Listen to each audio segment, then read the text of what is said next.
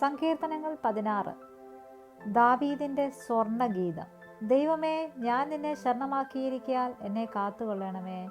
ഞാൻ യഹോവയോട് പറഞ്ഞത്, നീ എൻ്റെ കർത്താവാകുന്നു. നീ ഒഴികെ എനിക്കൊരു നന്മയുമില്ല. ഭൂമിയിലെ വിശുദ്ധന്മാരോ, അവർ എനിക്ക് പ്രസാദമുള്ള ശ്രേഷ്ഠന്മാർ തന്നെ.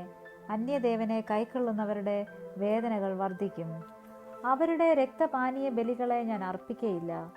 അവരുടെ നാമങ്ങളെ എൻ്റെ നാവിന്മേൽ എടുക്കുകയുമില്ല. എൻ്റെ അവകാശത്തിൻ്റെയും പാനപാത്രത്തിൻ്റെയും പങ്ക് യഹോവയാകുന്നു. നീ എനിക്കുള്ള ഓഹരിയെ പരിപാലിക്കുന്നു. അളവ് നൂൽ എനിക്ക് മനോഹര ദേശത്ത് വീണിരിക്കുന്നു. അതേ, എനിക്ക് നല്ലൊരവകാശം ലഭിച്ചിരിക്കുന്നു. എനിക്ക് ബുദ്ധി ഉപദേശിച്ചു തന്ന യഹോവയെ ഞാൻ വാഴ്ത്തും. രാത്രി കാലങ്ങളിലും എൻ്റെ അന്തരംഗം എന്നെ ഉപദേശിക്കുന്നു. ഞാൻ യഹോവയെ എപ്പോഴും എൻ്റെ മുമ്പിൽ വെച്ചിരിക്കുന്നു. അവൻ എൻ്റെ വലത്തുഭാഗത്തുള്ളത് കൊണ്ട് ഞാൻ കുലുങ്ങിപ്പോകുകയില്ല.